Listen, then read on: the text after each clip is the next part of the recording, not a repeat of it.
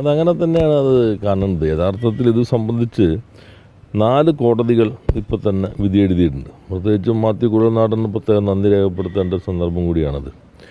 ഒന്ന് തിരുവനന്തപുരം വിജിലൻസ് കോടതി, പിന്നൊന്ന് മൂവാറ്റുപുഴ വിജിലൻസ് കോടതി, അതിൻ്റെ അപ്പീൽ എന്ന നിലയിൽ വന്നിട്ട് കേരള ഹൈക്കോടതി, എന്നാൽ തള്ളിയതുകൊണ്ട് നിങ്ങൾ റിപ്പോർട്ട് ചെയ്യാതിരുന്ന കോട്ടയം വിജിലൻസ് കോടതി.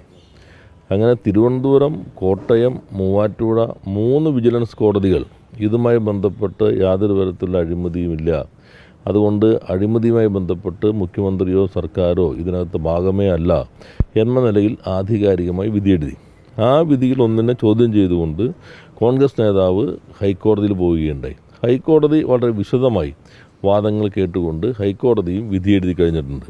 അപ്പോൾ ചരിത്രത്തിൽ അത്യപൂർവമായിട്ടായിരിക്കും 4 കോടതികൾ, 3 വിജിലൻസ് കോടതിയും അതോടൊപ്പം തന്നെ ഹൈക്കോടതിയും വളരെ വ്യക്തമായി തന്നെ വിധിയെഴുതി കഴിഞ്ഞിരിക്കുന്നു.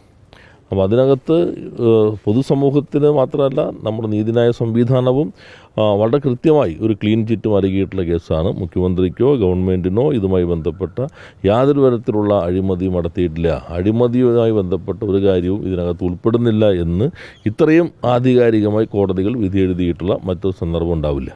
അപ്പോൾ അതുകൊണ്ട് തന്നെ സ്വാഭാവികമായിട്ടും ഇത്തരം കാര്യങ്ങൾക്കകത്ത് ഇപ്പോൾ വന്നിട്ടുള്ള കാര്യങ്ങൾ രാഷ്ട്രീയ പ്രേരിതമാണ്. അതിനകത്ത് പാർട്ടി, ഗവൺമെൻറ് അവരുടെ സമീപനത്തെ സംബന്ധിച്ച് കോടതികളുടെ വിധിപ്പകർപ്പുകൾ നമ്മുടെ മുൻപിലെല്ലാം ലഭ്യമാണ്.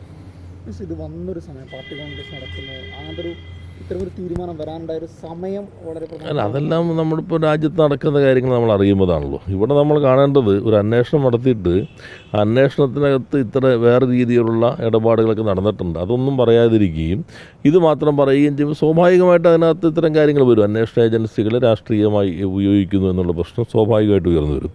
ഞാൻ നേരത്തെ പറഞ്ഞാണ് വളരെ പ്രധാനപ്പെട്ടത്. രാജ്യത്തിൻ്റെ ചരിത്രത്തിൽ അത്യപൂർവമായിട്ടായിരിക്കും ഒരു കേസ് സംബന്ധിച്ചിട്ട് 3 കോടതികളും ഹൈക്കോടതിയും ആധികാരികമായി അഴിമതിയില്ല, അഴിമതി നിരോധന സംബന്ധിച്ച് കേസുകളൊന്നും തന്നെ ചാർജ് ചെയ്യാൻ കഴിയുന്നതല്ല എന്ന് ആധികാരികമായി തന്നെ വിധി എഴുതിയിട്ടുണ്ട്.